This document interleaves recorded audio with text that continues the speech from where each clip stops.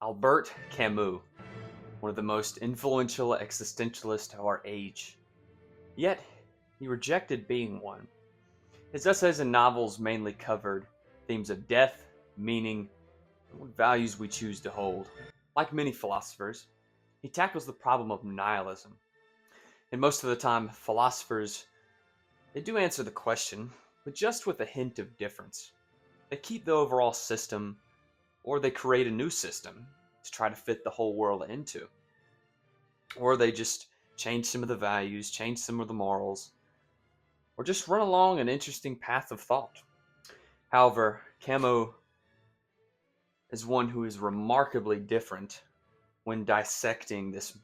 Our modern zeitgeist is almost hinge of nihilism, or overall encompassing nihilism. And he offers some very useful ideas in which we can think about the things we hold, or the ways we can shape our thoughts around this subject. There is but one truly serious philosophical problem. That is of suicide. This is the opening line to Camus' book around this whole idea. It is the myth of Sisyphus.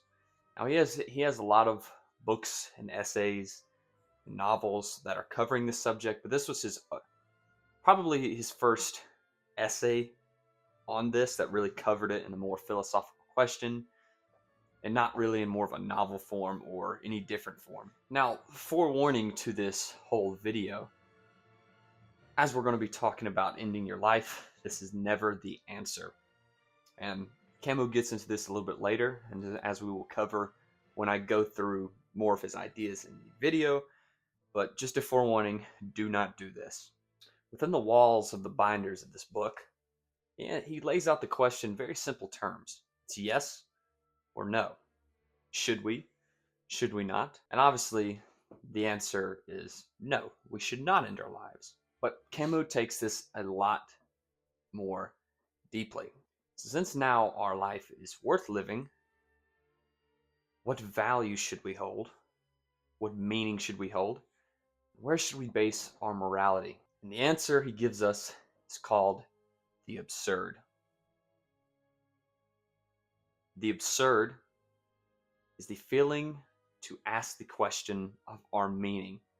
Ultimately, we never get the answer because fundamentally the universe has no meaning. We ask, what purpose does our life have? We receive no answer. We have the feeling of a purpose when all of a sudden we become aware of our own meaninglessness. This is the absurd. When we become aware of the absurd, Camus gives us three options for dealing with this circumstance. Number one is to run. We can place our faith in something we don't truly believe. We can sit there and fumble around, never really looking too deep into what we believe. We kind of just sit there. We're stagnant. However, we all know how this one ends. We end up back at square one. We have to re-question and redo this, or we can restart the cycle. Just put our faith in something else. But, as we all know, this is useless. Number two is to end your life. And obviously, do not do this. Camus obviously sees this as impractical, as you basically have been put in a game and you refuse to play. And number three is Camus' answer. Is when we feel the sharp point of meaninglessness pierce us. You feel the need to question. You look in the face of the universe, and when it removes its mask of fantasy, you should laugh at the entire thing. The whole question of meaning, your need to find it, your searching, your questioning, your asking, you should laugh at it all. You should laugh at it. Simply be indifferent to it. Not only that, but find it humorous. Well, what happens when you take this step? You have now entered in what Camus calls the absurd man. The man who sees his meaninglessness and chooses to live freely in each moment as if he was going to fade away in the next. You can now enjoy each moment freely without the need to find meaning in it. You are now free to create your own meaning for yourself as you please. This is what Camus urges us to do, to create our own meaning. Now, the question of meaning, or our need to ask the question of meaning, can be simply moved away into the trash. But Camus takes this a lot further. A lot of philosophers, they'd say we must create our own meaning and our own values. Kind of like how Nietzsche does. Nietzsche says that we should destroy the values that we have and build new ones. However, Camus says we can simply forget values as a whole.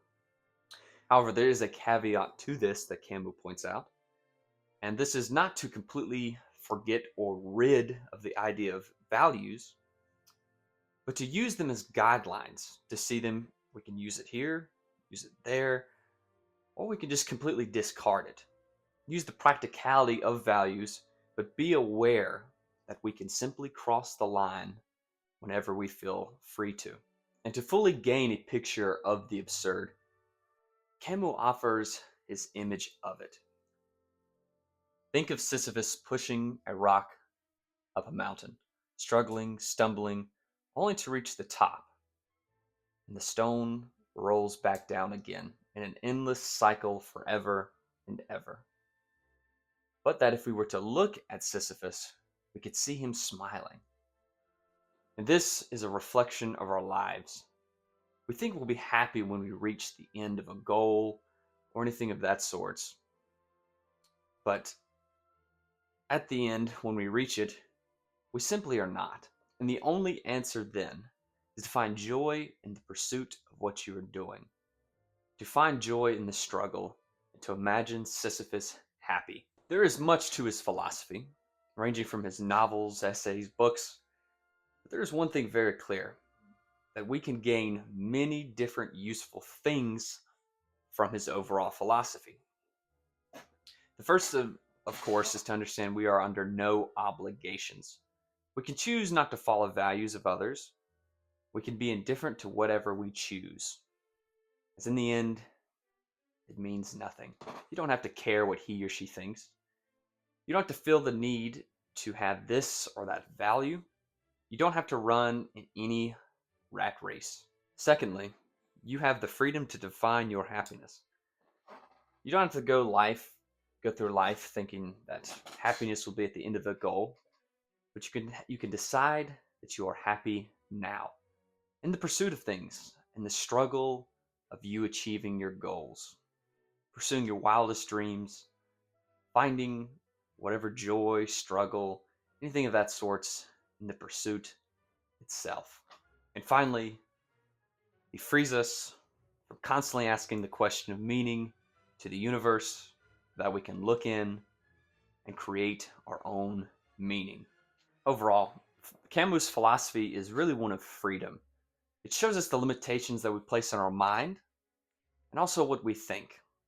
And I think it is truly empowering and motivating to know that in the end, we choose how we're going to live our lives, what values we hold, and where we find our meaning.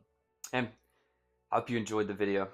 This is a shorter one, but I did just want to go through some simple things I found reading Camus, and I felt really inspired to make this video, so I do hope you enjoyed it, and I hope to see you in the next one.